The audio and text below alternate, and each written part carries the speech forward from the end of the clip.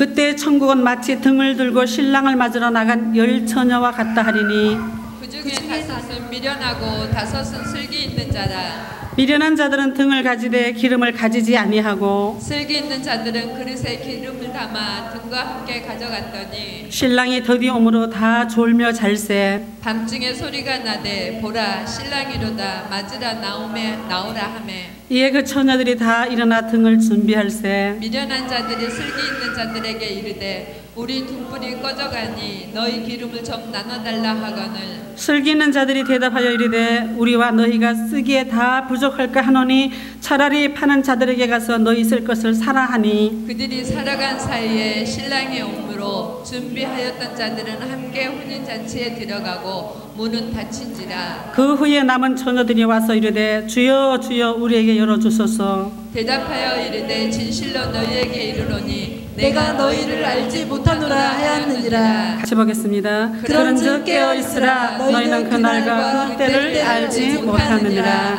아멘. 자, 오늘 열 처녀의 비유를 통해서 종말에 관한 비유라 이렇게 말씀하고 있습니다. 종말에 관한 비유를 사람들이 못 알아들으니까 열 처녀를 비유로 해서 종말을 이제 예고하고 있는 것입니다. 제가 여호수아를 가만히 생각해 볼 때 여호수아가 얼마나 두렵고 떨렸으면 이제 모세의 시종으로 있던 여호수아가 모세가 느보산에서 죽었어요. 죽고 나서 여호수아가 그 시종으로 모세가 하던 일을 여호수아가 다 받아갖고 행할 때였었어요. 그때 여호수아 1장에 보면 모세가 죽은 후에 이제 여호수아가 모세가 하던 일, 대군을 이끌고 가나안 땅에 가게 될 일을 여호수아가 맡게 됐었어요. 그랬을 때 하나님께서 말씀하시기를 담대하라, 두려워하지 말라, 놀라지 말라, 내가 어디로 가든지 내 하나님 여호와가 너와 함께 하시겠다. 수도 없이 이 말을 여호수아에게 얘기했었어요. 그랬을 때 여호수아가 하나님을 바라보고 하나님의 말씀에 의지하여 따라가서 결국에는 가나안 땅까지 이스라엘 백성들을 몰아넣은 것을 우리가 볼 수가 있습니다. 우리 가정에도 보면 작게는 큰아들이 없으며 큰아들 대신하는 작은아들이 생겨나요. 교회 역시 마찬가지로 큰 일꾼이 없으면 작은 일꾼이 그 큰 자가 한 일을 다시 되받아서 하는 경우를 저는 많이 봤었습니다. 그렇지만 우리 믿음의 사람들은 오직 사람을 보는 것이 아니라 하나님을 바라봐야지만 우리가 무너지지 않을 수가 있어요. 우리가 성경 말씀에도 보면 오직 하나님의 말씀으로만 따라가야지 옆에 주변에 앞에 뒤에 사람의 소리를 듣게 되면 절대적으로 고지까지 갈 수가 없다는 것을 성경은 누누이 얘기하고 있는 것입니다. 오늘 여호수아에게 하나님께서 말씀하시는 것처럼 강하고 담대하지 않으면 그 길을 갈 수가 없다는 것이에요. 못 가는 것이에요. 그렇지만 강하고 담대하여 하나님의 율법책을 내 입에 두고 주야로 묵상하는 자, 그들은 끝까지 고지까지 가나안 땅까지 갈 수가 있다는 것입니다. 이것을 볼 때 우리가 믿어야 될 분은 하나님밖에 없어요. 하나님. 오로지 하나님만 믿고 예수 그리스도만 이름을 가지고 우리가 천국에 가는 것이지 누구 때문에 누구 믿고 이렇게 가는 것이 천국이 아니라는 것이에요. 그래서 오늘 종말의 이 비유에 가는 열 처녀의 비유도 단지 열 처녀만 보지 말고 열 처녀를 통해서 성경이 우리에게 주시고자 하는 말씀을 우리는 기억해야 될 줄 믿습니다. 자, 어느 마을에 아주 믿음이 독실한 의사가 있었어요. 이 사람이 얼마나 명의인지 하나님께로부터 남다른 은혜를 이 의사는 받았었어요. 그래서 환자를 진단할 때 보면 정확하게 진단하는 것이에요. 빈틈이 없는 의사였었어요. 누구든지 이 의사만 만나면 다 병을 진맥하고 병을 알아내고 고치게 되는 그런 의사였었어요. 신령한 의사였죠. 그러니까 이 신령한 의사도 세월이 지나고 날이 지나면 어떻게? 몸이 쇠약해지잖아요. 그래서 몸이 쇠약해져서 병이 나서 이제 죽게 생겼었어요. 오늘 보니까 하나님께서 말씀을 주신 우리들에게도 마지막 인생이 있다 그랬어요. 오늘 이 의사 역시 마찬가지로 마지막으로 사는 그런 관계가 됐어요. 그런 때가 됐었어요. 그래서 이 의사가 하는 말에 동네 사람들이 다 모였어요. 당신이 가지고 있는 그 의술을 우리에게 좀 알려줄 수 없겠느냐고 이랬더니 의사가 하는 말이 이 선생님이 다 모이라 그랬어요. 모이라 그랬을 때 의사가 하는 말이 딱 내가 세 사람의 의사를 너희들에게 추천을 해주겠다 그랬어요. 첫 번째 의사가 누구냐면 소식이라는 의사예요. 소식이 아니라 소식. 그 다음에 두 번째 의사가 수면이라는 의사예요. 그래서 세 번째 의사는 운동이라는 사람이에요. 그래서 이 의사가 죽어가면서 하는 말이 소식을 하라는 것이에요. 육신의 것을 너무 많이 채우게 되면 생명을 단축할 수도 있고 병을 얻을 수가 있다는 것이에요. 그래서 우리 위장의 75%만 채우면 누구든지 건강하고 또 활동하고 왕성하게 일할 수가 있다는 것이에요. 그리고 수면, 깊은 수면, 짧은 잠이라도 깊게 자갖고 자면 몸에 모든 피로가 다 풀어진다고 이렇게 얘기를 했었어요. 그리고 마지막으로 뭐예요? 운동. 하루에 몇 번씩 걸어요? 하루에 10,000보 이상씩. 10,000보도 평지 10,000보가 아니라 산을 올라가고 내려가고 하는 이런 10,000보가 더 효과가 있다고 그러더라고요. 그래서 이런 세 가지 의사를 추천을 해줬었어요. 근데 이 의사가 죽으면서 좀 약간 여운이 남았었어요. 그런데 이 세 가지도 중요하지만 단 한 가지 또 마지막으로 추천해줄 의사가 있다 이렇게 말했었어요. 그 사람이 바로 말씀이라는 것과 기도라는 것과 사랑이라고 얘기했었어요. 이 의사가 하는 얘기가 처음부터 그랬죠. 이 의사가 독실한 기독교인이고 믿음이 좋은 사람이라고 제가 말씀을 했었어요. 그래서 이 말씀의 약은 매일 일정한 시간에 우리 약을 먹으면 매일 일정한 시간에 밥 먹고 나서 30분 후에 먹잖아요. 매일 일정한 시간에 정기적으로 평생을 먹어야지 건강을 유지할 수가 있다는 것이에요. 그리고 또 기도의 약은 부작용이 없어요. 부작용이 아무리 많이 해도 설사를 하거나 배가 아프거나 이런 일이 없다는 것이에요. 아무리 많이 해도 부작용이 없는 그런 약이에요. 그리고 사랑의 약이라는 어떤 것이냐면 사랑의 약은 상비약이에요. 뒷간에 모셔놓고 아무 때나 써낼 수 있는, 아무 때나 필요할 때마다 꺼내줄 수 있는 약이 상비약이라는 것이에요. 우리가 첫 번째 의사 선생도 중요하지만 두 번째 의사 선생이 더 중요하다는 것이에요. 왜냐하면 우리 육신의 건강은 반쪽이에요. 반쪽 건강을 위해서 새 의사 말씀대로 운동하고 수면하고 소식하고 이렇게 해도 또 반쪽의 의사의 말을 안 들으면 우리는 완전해질 수가 없다는 것이에요. 이것을 볼 때 우리는 말씀이 있어야지 되고 우리 속에 늘 부작용이 없는 아무리 먹어도 해롭지 않는 기도가 있어야지 되고 아무 때나 꺼내 먹을 수 있는 그런 사랑의 상비약이 있어야지 우리가 완전한 사람이 될 수가 있다는 그런 얘기가 있었습니다. 정말로 마음에 닿는 얘기라서 저희가 우리 성도들한테 꼭 들려주고 싶어서 오늘 말씀을 드렸습니다. 자, 오늘 열 처녀의 비유를 통해서 우리 그 배경을 보면 1절에 보면 그때에 이랬어요. 그때 첫 번째부터 그러므로 시작하는 말씀이 있는가 하면 그때의 천국은 이렇게 시작하고 있습니다. 그럼 우리 그때가 어떤 때입니까? 그때가 바로 예수님께서 이 땅에 오실 그날이에요. 그날 마지막 날 우리가 예수님을 만나는 그날이에요. 심판의 때를 말하고 있는 것이죠. 오늘 본문에 보면 10명의 처녀들이 신랑을 기다리고 있어요. 근데 생각보다 신랑이 더디 왔다 이랬어요. 더디 왔으니까 이 처녀들이 신랑을 기다리다가 이제 깜빡 다 졸고 있는데 그 한밤중에 신랑이 이루다 일어나 맞으라 이러면서 들어오게 됐었어요. 그럴 때 10처녀가 다 같이 일어났었어요. 일어나갖고 이제 신랑을 맞이하고 등을 찾고 준비를 하는데 그 중에 미련한 5처녀들이 있다 그랬죠. 오늘 보셨죠? 미련한 5처녀의 등불이 꺼져가고 있는 것이에요. 그래서 슬기 있는 처녀들에게 기름을 좀 꼬달라고 빌려달라고 언제 갚을지 모르지만 우리가 좀 달라고 이렇게 얘기했었어요. 그랬더니 이 슬기로운 여인들의 하는 말이 너한테 주다가 너도 부족하고 나도 부족할 수 있으니까 차라리 나가서 밖에 사갖고 와라 이렇게 얘기하고 있었어요. 정말 합당한 얘기 아니에요. 그죠? 바른 얘기예요. 그랬을 때 이 미련한 여자들은 바깥에 기름을 사러 갔었어요. 그럴 때 그때 예수님께서 오셔갖고 슬기로운 여인을 천국으로 데려가서 문을 탁 닫아버렸었어요. 자, 그랬을 때 이 미련한 여인들이 슬기롭지 못한 여인들이 주여 주여 우리에게 열어주소서 이렇게 애원하고 있었죠. 그럴 때 신랑이 대답하기를 너희에게 이르노니 내가 너희를 알지 못한다 이랬어요. 예수님을 계속같이 믿고 등을 준비하고 밤새도록 준비하다가 피곤해서 잠깐 졸았는데 예수님께서 냉정하게 나 너희들을 몰라 이러면서 문을 딱 닫고 들어가셨어요. 자, 얼마나 비참합니까? 종말의 때가 이렇다는 것이에요. 종말의 때, 마지막 때 이 마지막 때 이 열처녀를 통해서 우리에게 비유로 말해주신 것은 우리가 이 때를 잘 알고 준비하라는 이런 내용이 들어있는 것입니다. 자, 우리 여러분들은 다 때를 준비하고 있습니까? 준비하고 있을 줄 믿습니다. 자, 우리가 무슨 일을 시작하기 전에 항상 다 준비합니다. 준비 없이 시작하는 일은 목적도 달성하기도 전에 무너지게 되는 것입니다. 왜냐하면 준비가 없었기 때문에. 사업을 해도 구상을 하고 재정을 모으고 또 행정을 하고 여러 가지 또 준비를 하고 있습니다. 그리고 또 음식 만드는 사람은 어떻습니까?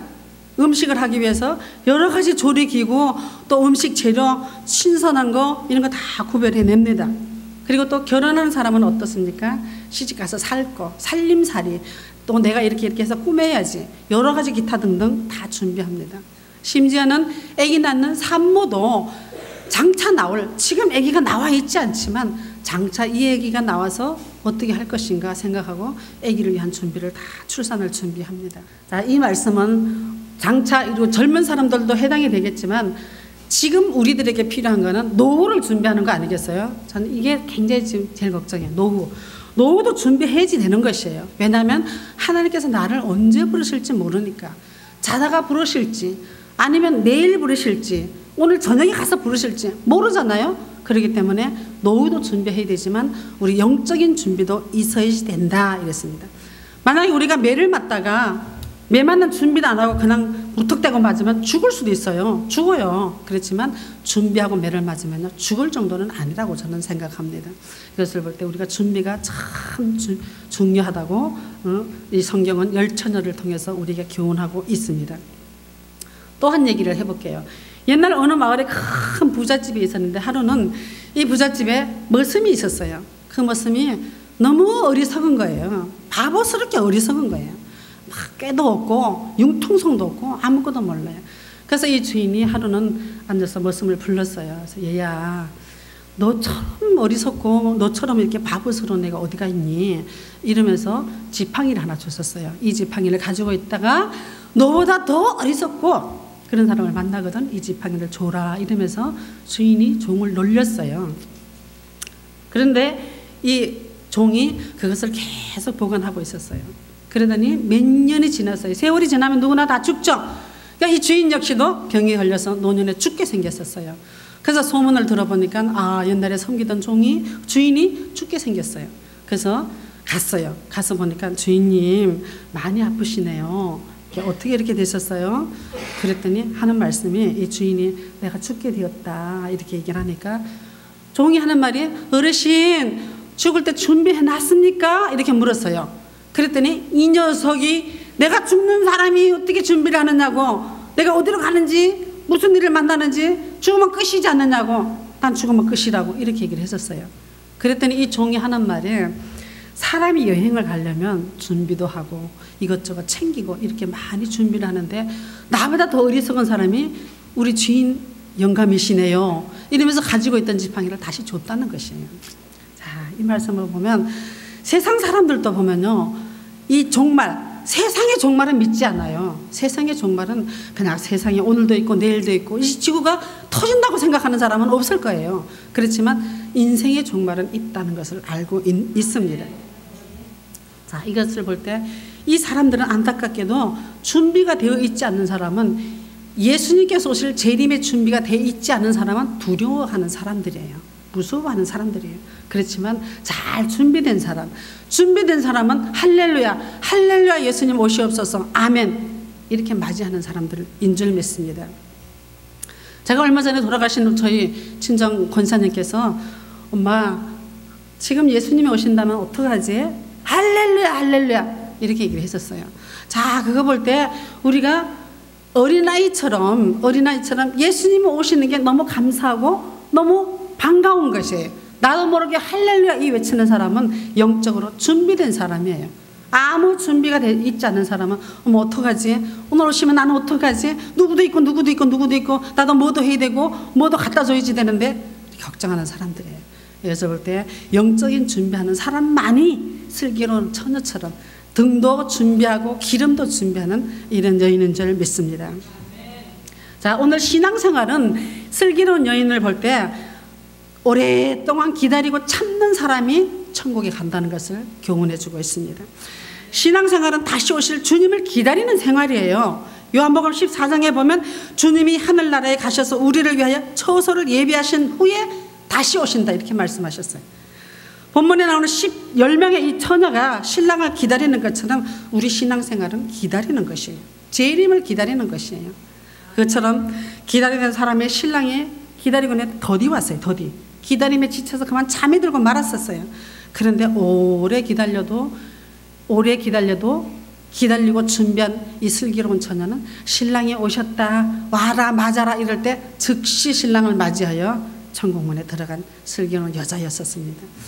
우리가 단지 이 말씀을 볼 때 슬기로운 여인 5명 이것을 볼 것이 아니라 오늘 처음부터 그랬잖아요. 비유로 말씀하셨다. 천국을 비유로 말씀하셨다. 우리가 천국을 아무리 얘기해줘도 몰라요. 그렇지만 이렇게 여인들을 통해서 기름 준비하고 등을 준비한 여인들을 통해서 천국을 우리에게 알려주고 있는 것을 볼 수가 있습니다. 자, 하나님께서 기도에 응답하시고 하나님께서 하늘에 복을 내려주셔도 기다리지 못해서 응답과 복을 못 받는 사람이 있어요. 기다리지 못해서. 하나님이 예수님이 언제 오실까? 자고 내일 아침에 오실까? 이게 아니라 예수님이 오신다고 해갖고 등하고 기름하고 준비하고 있었는데 기다리지를 못했었어요. 기다리지 못한 사람은 기름도 준비하지를 못했었어요. 이런 사람은 속수무책이에요. 아무것도 얻을 수가 없다는 것이에요. 이사야 30장 18절 말씀에 보면 여호와께서 기다리시나니 이는 너에게 은혜를 베풀려 하시며 일어나시리니 이는 너희를 긍휼히 여기려 하심이라. 여호와는 정의의 하나님이시라 그를 기다리는 자마다 복이 있다 이렇게 말씀하고 계십니다. 기다리는 자에게 하나님께서 은혜를 베풀어 주시고 기다리는 자에게 긍휼을 베풀어 주신다고 하셨어요. 이 사람이 복이 있다고 성경은 얘기하고 있는 것입니다. 우리를 기다리게 하는 이유를 아시겠죠? 우리가 기다리게 하는 이유는 은혜를 베풀기 위해서 하나님의 긍휼을 베풀기 위해서 우리를 기다리게 하신다는 것이에요. 우리가 맹목적으로 앉아서 그냥 언제 오실까 이렇게 기다리는 것이 아니라 하나님의 긍휼을 입어서 하나님의 자비를 입어서 하나님의 그런 은혜를 입어서 있기 위해서 우리가 기다린다는 것이에요. 그러므로 하나님의 은혜로 우리가 자라나게 되고 하나님의 긍휼하심으로 우리의 죄악을 벗어서 하나님의 예수님의 성품을 닮아가고 예수님의 또 모양까지 성품까지 닮아가서 완전한 자가 된다고 성경은 얘기했잖아요. 우리가 기다리는 것이 그냥 기다리는 것이 아니에요. 다 목적이 있고 하나님의 뜻대로 하나님이 원하시는 대로 우리가 기다려야지 되는 사람인 줄 믿습니다. 자, 하나님께서는 아브라함에게 이렇게 말씀하셨어요. 너로 큰 민족을 이루고 창대케 하겠다 이렇게 약속을 해주셨어요. 그 약속의 말씀을 붙들은 아브라함이 어땠습니까? 갈 바를 모르는 중에 동서사방을 돌아봐도 차라리 동쪽으로 가라 서쪽으로 가서 어디 산을 넘어라 이러면 갈 수 있겠어요. 그렇지만 아무것도 없는 상태에서 하나님께서 내가 너와 함께하며 너로 큰 민족을 이루어주겠다 이 약속의 말 한마디만 믿고 간다는 게 저는 정말 대단하다고 생각이 들어요. 아브라함 대단한 사람 아니에요? 그래서 아브라함이 그 말씀을 믿고 떠났어요. 무조건 떠났어요. 그랬더니 아브라함이 세월이 지나고 시간이 지나서 점점점 몸이 늙어가게 됐었어요. 그랬을 때 사람이 시간이 지나면 점점점 약속이 희미해지는 경우가 있어요. 부부간의 약속도 희미해지고 또 하나님께 서원한 약속도 세월이 지나가게 되면 나는 잊어버리게 돼 있어요. 점점 희미해질 때 하나님께서 다시 아브라함을 찾아오셨어요. 찾아오셔서 아브라함을 바깥으로 끌어내셨어요. 봐라 하늘을 봐라 저기를 봐라 네 자손이 저렇게 별처럼 많게 할 것이라고 이러면서 다시 또 아브라함에게 확신을 줬어요. 확신을 준 이 아브라함이 또 하늘의 별을 보게 되고 자신감을 또 얻게 됐었어요. 그리고 나서 자손을 주겠다는 약속을 하나님께서 금방 주셨으면 얼마나 좋겠어요. 또 세월이 막 흘렀어요. 세월이 흘려서 아브라함 나이가 86이 되었어요. 86이 되니까 이제 슬슬 조급한 생각이 드는 것이에요. 사람 생각이 들어가는 것이에요. 그래서 하나님이 하늘의 별과 같이 네 자손이 그렇게 되겠다는 그 약속이 점점점 희박해지고 희미해지고 흔들리기 시작하게 됩니다. 이럴 때 그 옆에 아내 사레가 어땠습니까? 하나님이 우리가 이렇게 몸이 늙었는데 어떻게 자손을 줄 수 있겠느냐. 혹시라도 혈적으로 봐서는 아브라함의 씨니까, 아브라함의 씨니까 하갈이라는 이 하녀를 통해서 이 하녀를 통해서 씨를 줄지도 모른다. 그러니까 하갈에게 들어가서 자손을 이으라고 이렇게 꼬드겼었어요. 그랬을 때 이 아브라함이 흔들리겠죠, 그죠? 당장 눈에 보이는 것도 없고 손에 잡히는 것도 없고 아무것도 모르는 상태에서 떠나라 이렇게 얘기했을 때는 떠났지만, 이제 세월이 흘러 내 나이가 늙어가고 내 나이가 쇠해지고 아무 희망이 안 보이는 것처럼 보일 때 이렇게 사람의 말에 흔들릴 수가 있다는 것입니다. 이럴 때 이 하갈에게 들어가서 누구를 낳았어요? 이스마엘이라는 아들을 얻게 됩니다. 지금 중동의 전쟁이 그런 종교 전쟁의 이런 불씨가 때문에 그랬다는 것을 성경이 말하고 있는 것입니다. 이것을 볼 때 하나님을 믿지 못하고 순간의 실수가 인류 대대로 자손 대대로 이런 고통을 안겨주는 것을 볼 수가 있습니다. 오늘 하박국서 2장 3절 말씀에 보면 이 묵시는 정한 때가 있나니 그 종말이 속히 이르겠고 결코 거짓되지 아니하리라. 비록 더딜지라도 기다리라. 지체하지 않고 정령 응하리라. 이렇게 말씀을 하셨어요. 하나님의 말씀은 기다리면 정령, 더딜지라도 정령 하나님은 이루어 주신다고 말씀을 하셨어요. 아브라함이 몸이 늙고 사라의 태가 다 죽은 것 같이 생산할 능력이 없지만 하나님께서는 말씀하셨죠. 하늘의 별과 같은 자손을 주겠다고 약속을 하셨어요. 그 약속이 비록 더딜지라도 이미 아브라함 나이 100세가 돼서 이삭을 얻게 되는 것입니다. 이만큼 세월이 지날지라도 하나님은 반드시 오늘 정령이라고 말씀하셨죠. 정령 이루어지게 한다 이렇게 말씀해 주셨습니다. 자, 이것을 볼 때 우리가 종말을 맞는 우리들의 마음의 태도가 하나님 말씀에 누누이 말씀을 하셨죠. 이런 일이 징조가 있을 것이니까, 이런 일이 벌어질 것이니까 너희는 두려워하지 말라, 무서워하지 말라.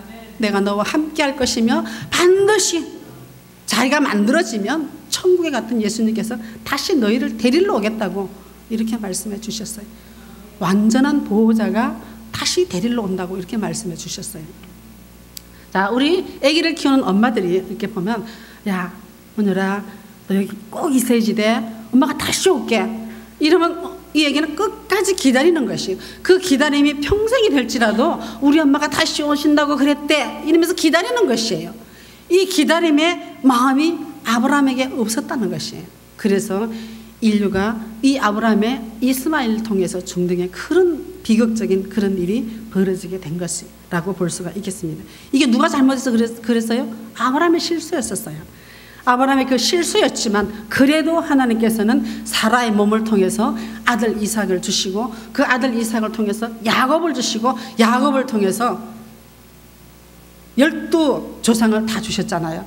자, 그걸 볼 때 하나님의 말씀은 1.1획도 점 하나도 획 하나 그어진 것이라도 하나님께서는 덧붙이거나 덜하거나 하지 않으신다고, 그런 하나님을 우리가 믿고 있다는 것을 우리가 꼭 명심해야 될 줄 믿습니다.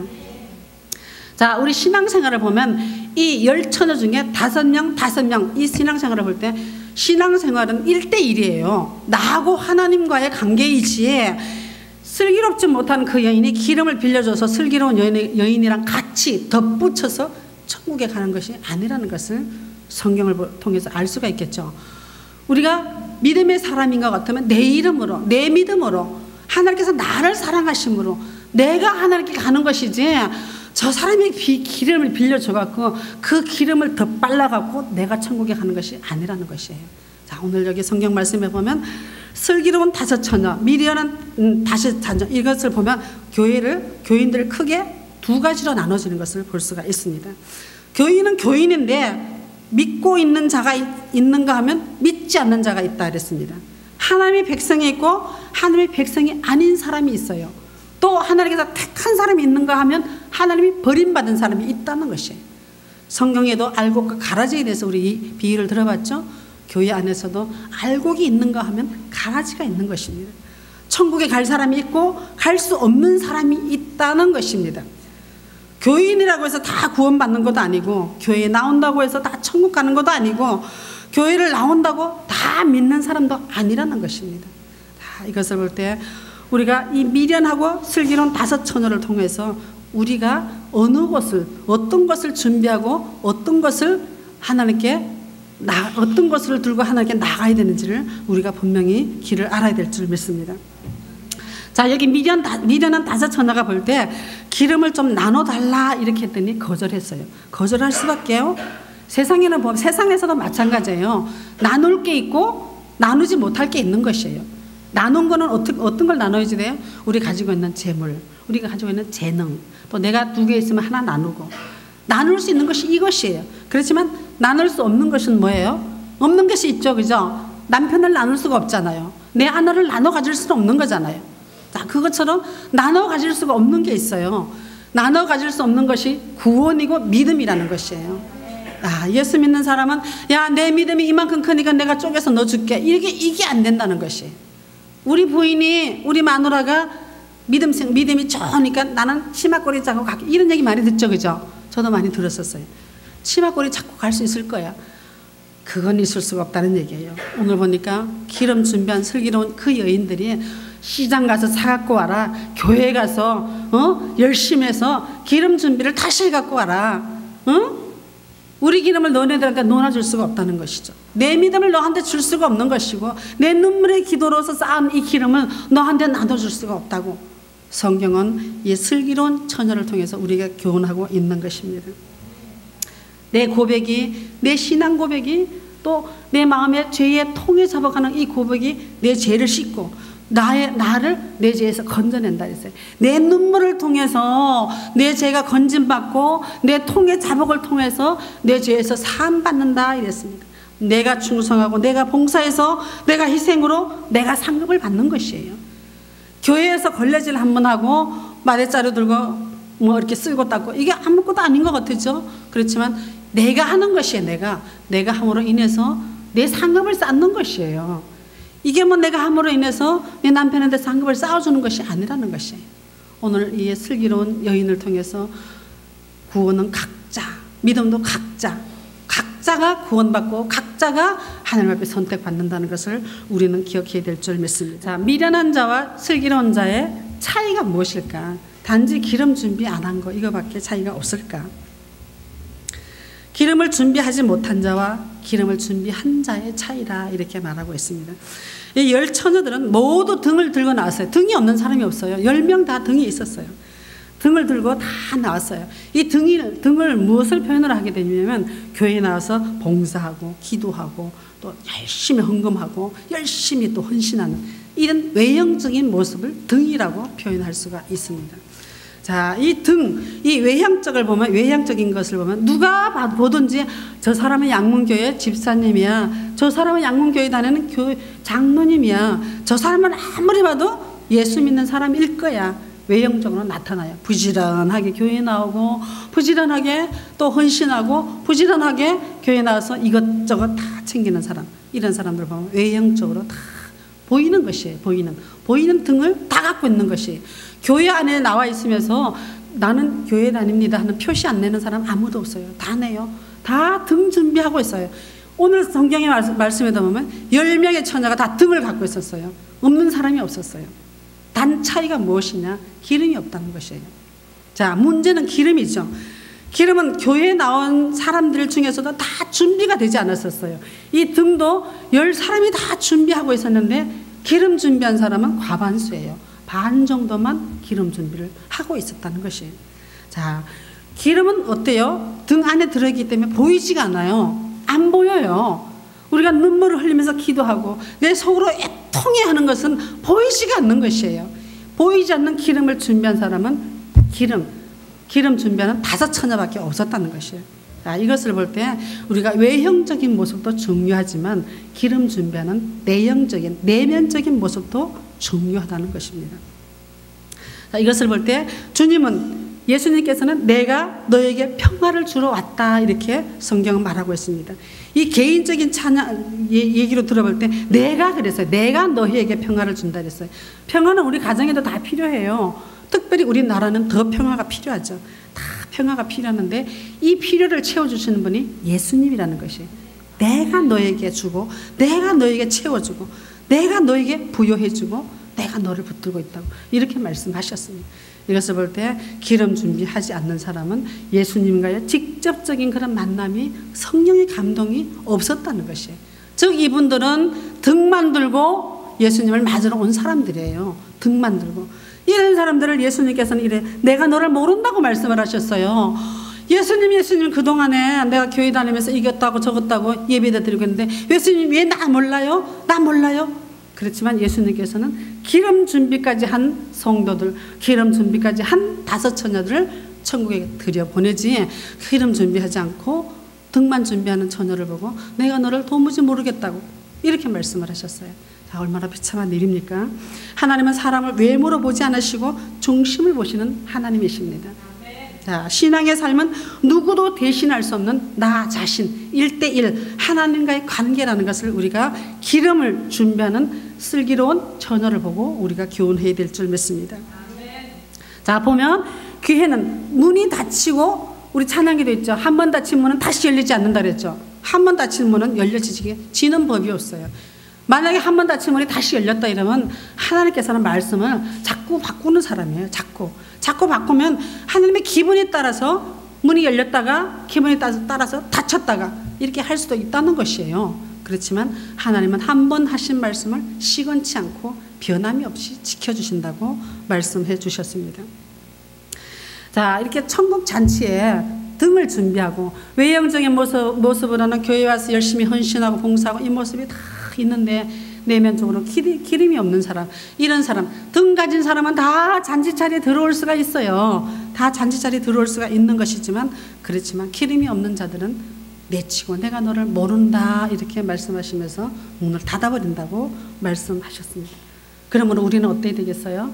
우리가 항상 지금 이 순간, 지금이 중요하다는 것이에요. 내가 작년에 뭐도 하고 예전에 뭐도 이게 다 필요 없는 것이에요. 다 필요 없어요. 지금 성경 말씀에도 보면 보라 지금은 은혜 받을 만한 때요, 보라 지금이 구원의 날이로다 이렇게 말씀해 주셨어요. 우리 신앙생활은 항상 지금이에요. 지금. 우리가 내일도 없어요. 하루살이가 그러잖아요. 우리 내일 만나서 우리 뭐 좀 해보자 그렇게 약속을 했었어요. 내일이 있어요? 하루만 살고 끝나는 것이, 우리는 내일이 없는 것이에요. 내일이 없기 때문에 우리는 지금 있어야 되는 줄 믿습니다. 오늘 본문 10절 한번 읽어볼까요? 10절 25장 10절 큰 소리로 한번 읽어볼게요. 그들이 살아간 사이에 신랑이 오므로 준비하였던 자들은 함께 혼인잔치에 들어가고 문은 닫힌지라 이랬어요. 문이 항상 열려 있으면 얼마나 좋겠어요. 문이 항상 열려 있는 것이 아니에요. 자, 이것을 볼 때 우리 부모님도 역시 마찬가지예요. 우리 부모님들이 항상 젊고 푸르고 청청해서 내 곁에 있어서 나를 도와주고 나를 데리고 놀아줬으면 얼마나 좋겠어요. 우리 부모님도 나이가 먹으면요 몸이 쇠해지고 나이가 먹으면요 죽을 날이 가까워지는 것이에요. 없을 때가 있다는 것이에요. 오늘 어버이 주일이잖아요. 그럴 때 우리 부모님이 항상 내 곁에 있지 않다는 것을 꼭 명심해야 될 줄 믿습니다. 자, 서로 우리가 육신의 부모님이 안 계시면 우리 교회 안에 하나님께서는 나는 포도나무여 너희는 가지라 이렇게 말씀하셨어요. 포도나무는 예수님이고 우리는 예수님 곁에 붙어있는 가지예요. 그러면 포도나무는 어디예요? 교회예요. 교회고 가지는 지체들이에요. 그러면 우리가 육신의 부모를 잘 성경에 복을 받고 또 이 땅에서 장수할 수 있는 복을 주신다고 하셨는데, 만약에 육신의 부모가 없으면 어떻게 되겠어요? 우리 안에서는 다 형제요 자매라고 성경은 말씀하셨잖아요. 우리 교회 믿음의 성도들 중에 연로하신 분, 믿음이 오래되고 연로하신 분, 또 믿음이 정말 오래부터 믿어서 그 사람이 정말 나이는 어리지만 존경받을 만한 사람이다 이러면 우리 부모가 되는 것이에요.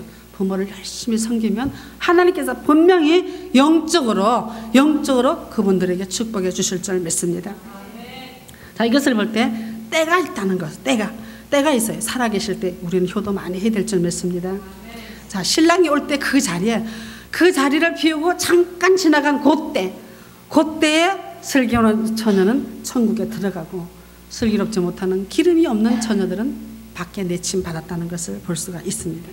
오늘 11절 12절 말씀을 한번 읽어볼까요? 11절 12절 그 후에 남은 처녀들이 와서 이르되 주여 주여 우리에게 열어주소서. 대답하여 이르되 진실로 너희에게 이르노니 내가 너희를 알지 못하노라. 아멘. 이 말씀을 마태복음 7장 21절에도 보면 나더러 주여 주여 하는 자가 다 천국에 들어갈 것이 아니라 다만 하늘에 계신 내 아버지 뜻대로 행하는 자가 천국에 들어간다고 이렇게 말씀해 주셨어요. 자, 이것을 볼 때 하나님의 말씀을 우리 마음속에 늘 새기고도 잊어버리면 또다시 그 의사가 말하는 처방전처럼 말씀의 약은 항상 때 맞춰서 매일같이 먹어야지 된다는 것을 우리가 다시 한번 경종해 볼 수가 있습니다. 자, 오늘 이 말씀의 결정적인 역할이 천국에 우리는 들어가야 되느냐 못 들어가느냐 여기에 달렸잖아요. 그죠? 여기서 보면 주여 주여 우리에게 열어달라고 이렇게 부르짖을 것이 아니라 우리가 흡찍 달려와서 문 열고 흡찍 달려와서 예배 참석하고 이게 아니라 세상 사람들은 속을 수가 있어요. 외형적으로 볼 때는 정말로 성자 같고 정말 저 사람이 많은 일을 하고 이러니까 정말로 잘해. 그렇지만 하나님은 중심을 보신다고 하셨어요. 중심을 보시는 그 하나님은 절대로 속지 않아요. 그 사람이 정말로 등이 있는가, 기름을 채워갖고 있는가, 나를 기다리고 있는 준비가 되어 있는가, 이것을 예수님께서는 보고 계신다는 것을 우리가 꼭 알아야 될 것이며, 들어가지 못하는 자는 어때요? 주여 주여 열어주셔서, 지금도 얘기할 거예요. 주여 주여 문 열어주세요, 문 열어주세요. 얼마나 슬픈 일이에요. 그 사람들에게 슬피 울며 이를 갈미 있으라 이랬어요. 얼마나 괴로우면 이까지 갈겠습니까? 그처럼 우리가 하나님 이 슬기로운 열처녀를 비유를 해서 말씀을 들을 것은 하나님 앞에 늘 준비되어야지 되고, 하나님과의 나의 관계는 1대1이에요. 1대1. 하나님과 나와의 만남이에요. 누구를 통해서 만나는 것이 아니에요. 하나님과 예수님과 나와의 1대1 관계, 이런 관계에서 우리가 깨어 있어야지만 천국에 갈 수가 있다는 것입니다. 자, 오늘 마지막 절로 13절 한번 읽어볼게요. 13절. 그런즉 깨어있으라 너희는 그 날과 그 때를 알지 못하느니라. 아멘. 자, 오늘 그때 그날, 이 그때 그날을 찾으려고 신학자들이 요한계시록부터 다니엘서부터 시작해서 에스겔서부터 시작해서 성경을 계속 파고 있는 것입니다. 그렇지만 하나님께서는 그날과 그때를 너에게 알려준 적이 없다는 것이에요. 예수님도 모르는 것이에요. 이 날을 위해서 우리는 뭘 해? 우리는 깨어있기만 하면 되는 것이에요. 그래서 기름 준비하고 등 준비하고만 있으면 우리의 몫이에요. 이게 우리의 몫인데, 예수님께서도 말씀하시기를 그날과 그때를 너희는 알지 못하니까 깨어있으라 이렇게 말씀을 해주셨어요. 깨어있는 것이 언제 중요해요? 지금이 중요해요. 지금 내가 하나님 앞에 바로 서 있는가? 내 마음속에 정말로 하나님 오늘 기도드리는 우리 마음속에 예배드리는 이 예배가 하나님께 연락되었을까? 하나님 나를 정말 사랑하실까? 정말 매일 이걸로 우리는 두려워해야 될 줄 믿습니다. 제가 여기서 말씀을 전하지만 혹여라도 이 말씀이 걸림돌이 되어서 신앙에 넘어지는 그런 재료로 될까 봐 저는 제일 걱정을 해요. 내가 먼저 은혜 받아야 되고, 내가 먼저 이 말씀에 감동을 받아야 되고, 내가 먼저 이 말씀을 통해서 예수님께서 나에게 하시는 그런 감동이 무엇인가 제가 먼저 알기를 원합니다. 그래야지만 말씀을 나눌 때 그 말씀이 이게 하나님께서 나에게 이렇게 주셨으니까 우리에게도 다 주실 것이라고 이렇게 담대하게 말할 수 있는 것 아니겠습니까? 그러므로 우리가 지금 현재가 중요한 것이에요. 현재. 그러므로 우리가 잠잘 때가 아니라 깨어있을 때다 이렇게 성경은 말하고 있습니다. 로마서 13장 11절에서 14절까지 말씀을 제가 읽어드리겠습니다. 또한 너희가 이 시기를 알거니와 자다가 깰 때가 벌써 되었으니 이는 이제 우리의 구원이 처음 믿을 때보다 가까웠다. 우리 믿음의 생활이 점점 가까워지는 것이, 아침에 자고 일어나면 우리가 점점점 죽음을 향해서 가는 것이, 우리가 다시 태어나는 것이 아니에요. 점점 오늘이 살았으면 오늘만큼 내가 하나님께 가까이 간 것이고, 내가 이틀을 살았으면 이틀만큼 죽음이 가까이 간 것이에요. 밤이 깊고 낮이 가까웠으니 그러므로 우리가 어둠의 일을 벗고 빛의 갑옷을 입자. 낮에와 같이 단정히 행하고 방탕과 술 취하지 말며 음란과 호색하지 말며 질투와 시기하지 말고 오직 주 예수 그리스도로 옷 입고 정력을 위하여 육신의 일을 도모하지 말라. 아멘. 이렇게 말했습니다. 이것을 볼 때 육신의 일을 도모하기 위해서 우리 영혼의 때를 잊어버리면 안 된다는 것이에요. 잠시 잠깐의 육신의 때는, 많이 살면 120년이에요. 120년 살기 위해서 영혼의 때를 잊어버리면 우리는 영원히 죽을 수밖에 없다는 것을 정말로 기억해야 될 줄 믿습니다. 도적이 밤에 침입할지라도 깨어있는 사람의 집에는 안 들어갑니다. 못 들어가고 있어요. 그렇지만 깨어있는 이 사람은 영적으로 아무리 캄캄한 곳에, 아무리 어두운 곳에 있어도 준비하고 있는 사람들은요, 도둑을 무서워하지 않는 것입니다. 하나님이 오시는 걸, 예수님이 이 땅에 오시는 것을 절대로 두려워하지 않고 아멘 주 예수여 어서 오시옵소서 이렇게 말할 줄 저는 믿습니다. 이에 대해서 우리 한번 찾아볼게요. 데살로니가전서 5장 4절에서 9절까지 한번 읽어볼게요. 형제들아 너희는 어둠에 있지 아니하며 그날이 도둑같이 너희에게 임하지 못하리니 너희는 다 빛의 아들이요 낮의 아들이라.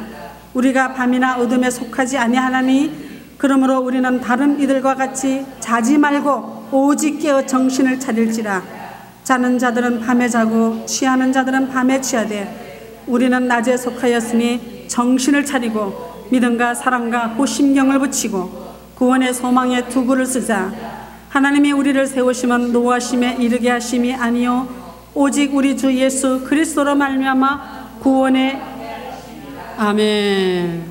자, 우리가 오래 참고 기다리는 것도 하나님의 긍휼을 잊기 위함이고, 우리가 오래 참고 하나님이 오실 때까지 기다리는 것도 하나님의 은혜를 받기 위함이고, 또 어려운 환경을 이겨나가고 이 두려운 이 세상을 이기게 하는 것도 하나님께서는 우리를 구원하기 위해서 이런 일을 주셨다는 것이에요. 절대적으로 예수 믿는 사람들은요, 박해가 없는 것이 아니에요. 승승장구 계속 형통의 길로 가는 것이 아니라는 것이에요.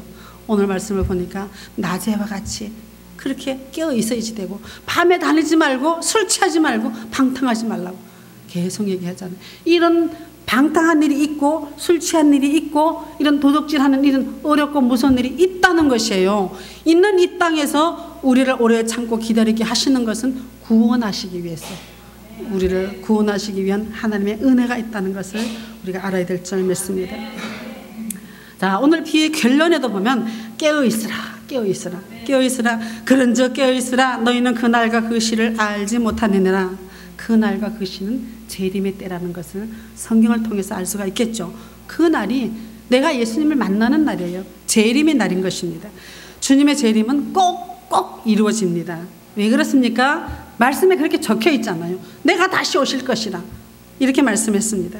요한복음 14장 1절 3절 말씀에도 너희는 마음에 근심하지 말라. 하나님을 믿으니 또 나를 믿으라. 내 아버지 집에 거할 곳이 많도다. 그렇지 않으면 너희에게 일렀으리라. 내가 너희를 위하여 처소를 예비하러 가노니 가서 너희를 처소를 예비하면 내가 다시 와서 너희를 나 있는 곳으로 영접하여 너도 나와 함께 있게 하겠다. 이렇게 말씀해 주셨어요. 우리는 나중에는 예수님과 같이 있는 것이에요. 예수님과 같이 있고 같이 생활하고 같이 만나고 같이 찬양할 수 있다는 이런 영광스러운 자리에 우리를 있게 하신다고 말씀하셨습니다. 사도행전 1장 11절 말씀에다 보면 예수님께서 사도를 비롯해 여러 한 500여 성도들이 지켜보는 가운데서 승천하셨잖아요. 승천하는데 그 옆에 흰옷 입은 두 천사들이 뭐라고 얘기했었어요? 갈릴리 사람들아 어찌하여 하늘을 쳐다보느냐? 너희 가운데 하늘로 올라오신 이 예수님이 하늘로 가신 본 그대로 오신다고 이렇게 말씀해 주셨어요. 자, 이게 하나님 꿈 같은 얘기 아니에요, 그죠?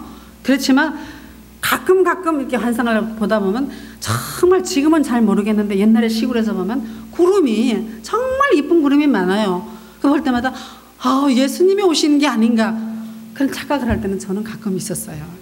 예수님이 저렇게 오실 것이다. 예수님이 어느 순간 가정에 몰래 오시는 것이 아니라 만천하가 다 볼 수 있게끔 올려가신 그대로 이 땅에 다시 오신다고 예수님은 말씀해 주셨어요. 또 주께서 호령과 천사장의 소리와 하나님의 나팔로 친히 하늘로 쫓아 강림하시리니 그리스도 안에서 죽은 자들이 먼저 일어나고 그 후에 살아나는 우리들도 하나님 구름 속으로 빨려 올라간다 그랬어요. 빨려 예수님을 영접하여 우리가 항상 주와 함께 있게 해주겠다고 이렇게 말씀해 주셨어요. 우리의 영광스러운 자리가 이 자리인 것입니다. 슬기롭고 기름 준비하는 처녀가 갈 자리가 우리가 갈 자리라는 것입니다. 우리가 오늘 열 처녀의 비유를 통해서 단지 열 처녀만 있는 것이 아니라 이 종말의 때를 열 처녀를 통해서 바라봐야지 된다는 것입니다. 야고보서 기자는 말하기를 형제들아 주의 강림하시기까지 길이 참으라. 보라 농부가 땅에서 나는 귀한 열매를 바라고 길이 참아 늦은 비와 늦은 비를 이른 비를 기다리나니 너희도 길이 참고 마음을 굳게 하라. 주의 강림이 가까우니라. 이렇게 말해요. 우리가 자고 일어나면 강림이 가까운 거예요. 자고 일어나면 천국이 가까워진 거예요. 내가 열심히 기도하고 하나님 앞에 기름 준비하고 있다가 하룻밤 자고 나면 이만큼 짧아졌구나. 두 밤 자고 나면 이만큼 짧아졌구나. 이런 소망을 갖고 우리를 기다리는 것이에요.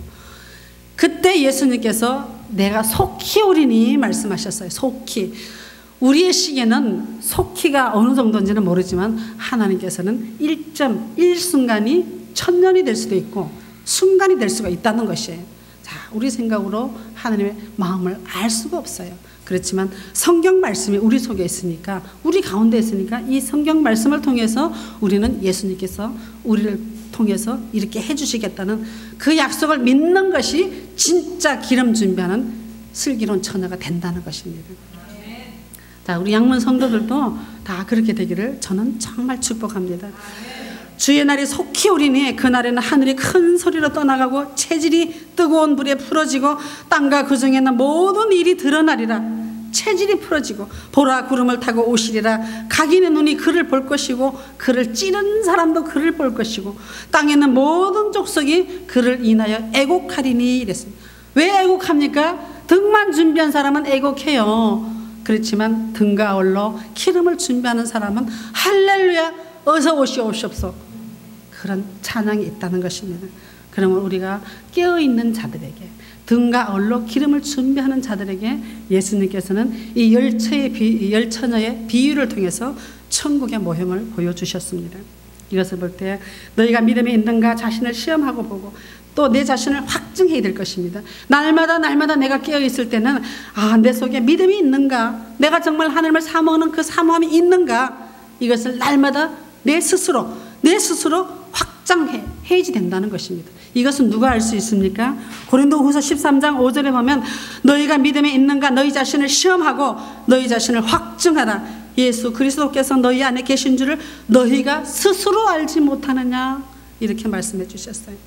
자, 그렇지 않으면 너희가 버리운 자, 스스로 알지 못하면 너희가 버리운 자다 이렇게 말씀하고 있습니다. 예수님께서 우리에게 들어와 있는 것을 은혜 받고 성령 받고 긍휼을 받은 사람은 알 수가 있어요. 하나님께서 이렇게 말씀을 하시는구나. 성경을 보고 하나님 오늘 이런 나에게 은혜를 주셨으니 내가 오늘 이 은혜대로 오늘 살아봐야 되겠다. 하나님 힘 주세요. 믿음 주세요.